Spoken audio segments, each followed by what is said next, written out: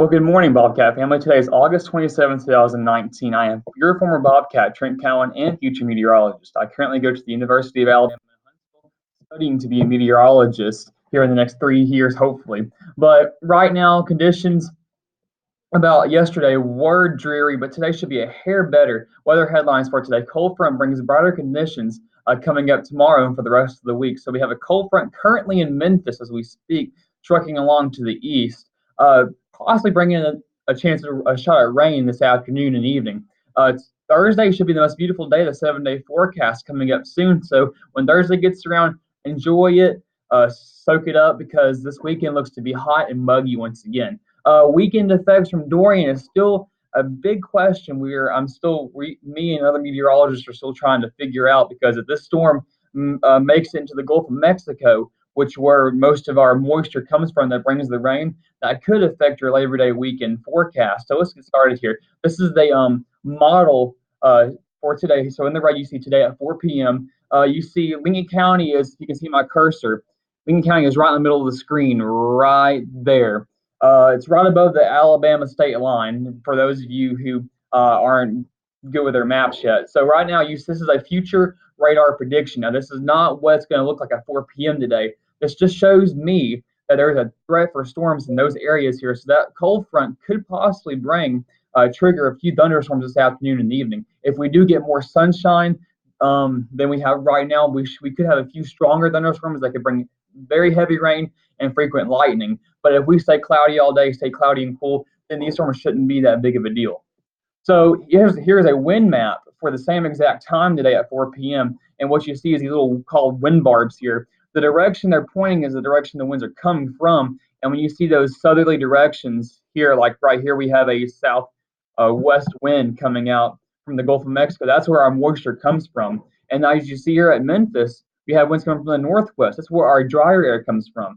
So you see that transition here from Memphis to here that we have southwesterly winds, then northwest winds. There's our cold front right there in Memphis, which begins to move through this afternoon. So tomorrow, high pressure begins to build into the area. You see Arkansas and Missouri have that high pressure there, which is driving winds from the northwest, bringing a potential for drier air and mostly sunny skies. So you see future radar shows nothing tomorrow. So tomorrow should be a decent day as well. Thursday, the high pressure begins to settle in the middle part of the valley here. So Thursday should be a very beautiful day.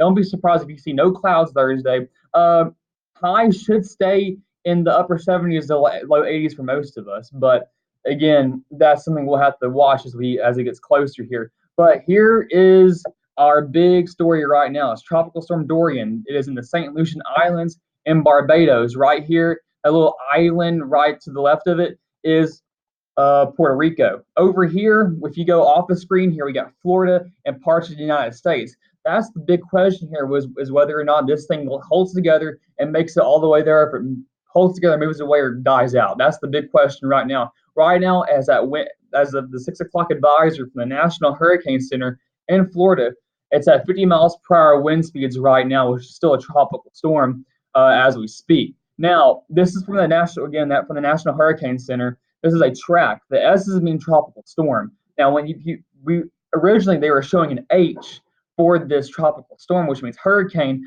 but supposedly the conditions aren't favoring hurricane conditions yet. But it's like I said, predicting this far out for a hurricane is very tough.